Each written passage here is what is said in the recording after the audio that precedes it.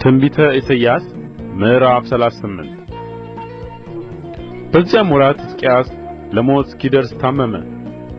ነቢዩም የአሞጽ ልጅ ኢሳይያስ ወደ እርሱ መጥቶ እግዚአብሔር እንዲህ ይላል፣ ትሞታለህ እንጂ በሕይወት አትኖርምና ቤትህን አስተካክል አለው።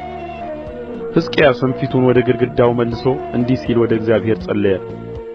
አቤቱ በፊትህ በእውነትና በፍጹም ልብ እንደሄድሁ ደስ የሚያሰኝህንም እንዳደረግሁ ታስብ ዘንድ እለምንሃለሁ። ሕዝቅያስም እጅግ አድርጎ አለቀሰ።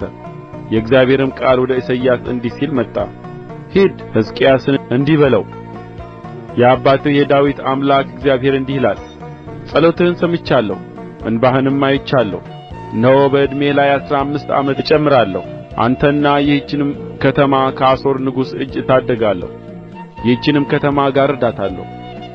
እግዚአብሔርም የተናገረውን ነገር እንዲፈጽመው ከእግዚአብሔር ዘንድ ምልክቱ ይህ ይሆናል።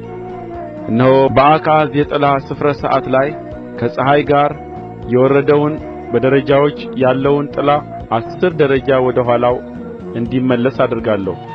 ፀሐይም በጥላ ስፍረ ሰዓት ላይ የወረደበት 10 ደረጃ ወደ ኋላ ተመለሰ። የይሁዳ ንጉሥ ሕዝቅያስ ታምሞ ከደዌው በተፈወሰ ጊዜ የጻፈው ጽሕፈት ይህ ነው። እኔ በሕይወት ዘመኔ መካከል ወደ ሲኦል በሮች እገባለሁ። የቀረው ዘመኔ ጐደለብኝ አልሁ። ደግሞም በሕያዋን ምድር እግዚአብሔርን አላይም፣ በዓለምም ከሚኖሩ ጋር ሰውን እንግዲህ አልመለከትም አልሁ።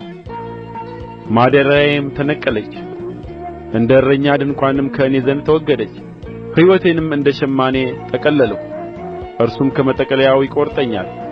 ከማለዳ ጀምሮ እስከ ማታ ድረስ ታጠፋኛለህ። እስኪነጋ ድረስ ቆይቼ ነበር፣ እርሱ እንደ አንበሳ አጥንቴን ሁሉ ሰበረ። ከማለዳ ጀምሮ እስከ ማታ ድረስ ታጠፋኛለህ።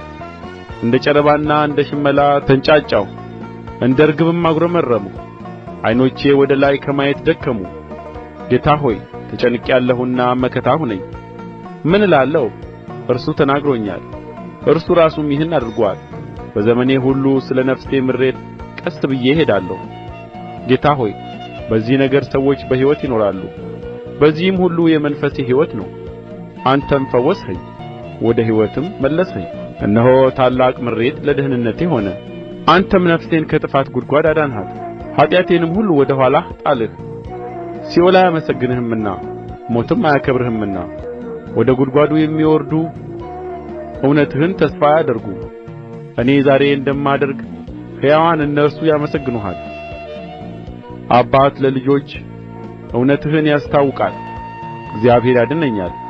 ስለዚህ በዕድሜያችን ዘመን ሁሉ በእግዚአብሔር ቤት ቅኔዎችን አውታር ባለው ዕቃ እንዘምራለን። ኢሳይያስም የበለስ ጥፍጥፍ አምጥተው በእባጩ ላይ ይለብጡት፣ እርሱም ይፈወሳል ብሎ ነበር። ሕዝቅያስም ወደ እግዚአብሔር ቤት እወጣ ዘንድ ምልክቱ ምንድር ነው ብሎ ነበር።